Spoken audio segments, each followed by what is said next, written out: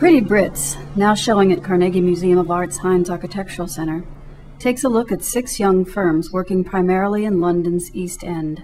The work can be rigorous or playful, but always respects its context, which is urban, post-industrial, and multicultural.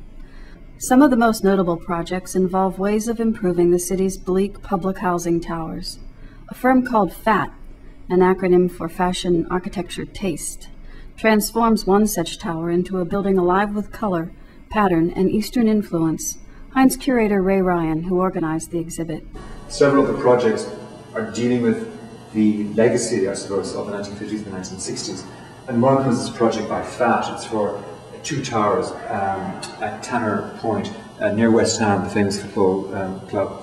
And you can see that this area has become very run down. And for the competition which they won, they proposed, first of all, to take the services out of the tower, to clip them to the outside with new bathrooms, for example, such that the interior could be reconfigured in different ways, to make much larger apartments, for example. Many of the people living here have come from non-Western societies, so they, in many cases, live with grandparents and grandchildren and cousins, and so they have a different kind of need than the prototypical English family of the 1950s.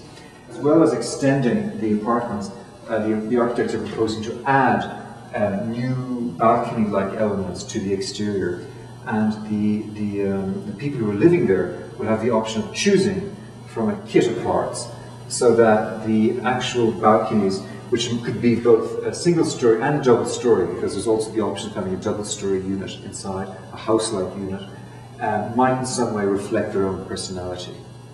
Pretty Brits also showcases 8 private homes, like this one by Caruso St. John Architects, and some innovative ideas and use of materials, as in this renovation by Neil McLaughlin. Here we have a house by the architect Neil McLaughlin.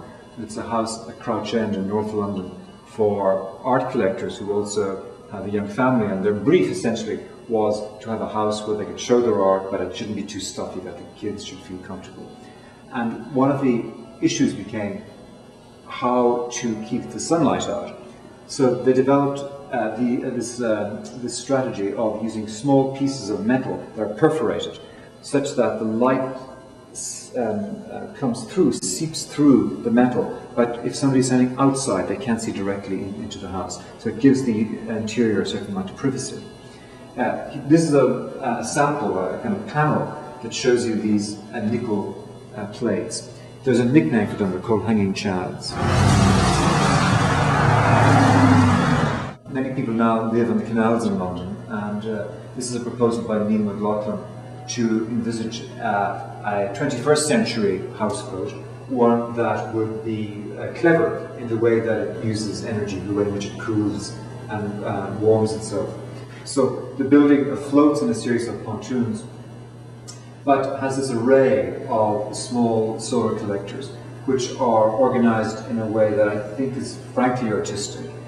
And underneath, there are copper coils going down deep into the water, so that they can refresh themselves on a hot summer's day. The actual interior is like a loft, like a kind of artist loft, Soho type loft, on which everything is on view. But Neil, the architect, was inspired by these racks, typical of tenements in the 19th century, particularly in Edinburgh.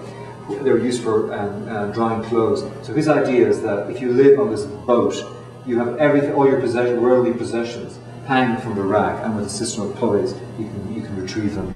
Pretty Brits runs through June 3rd. For PostGazette.com, this is Patricia Lowry.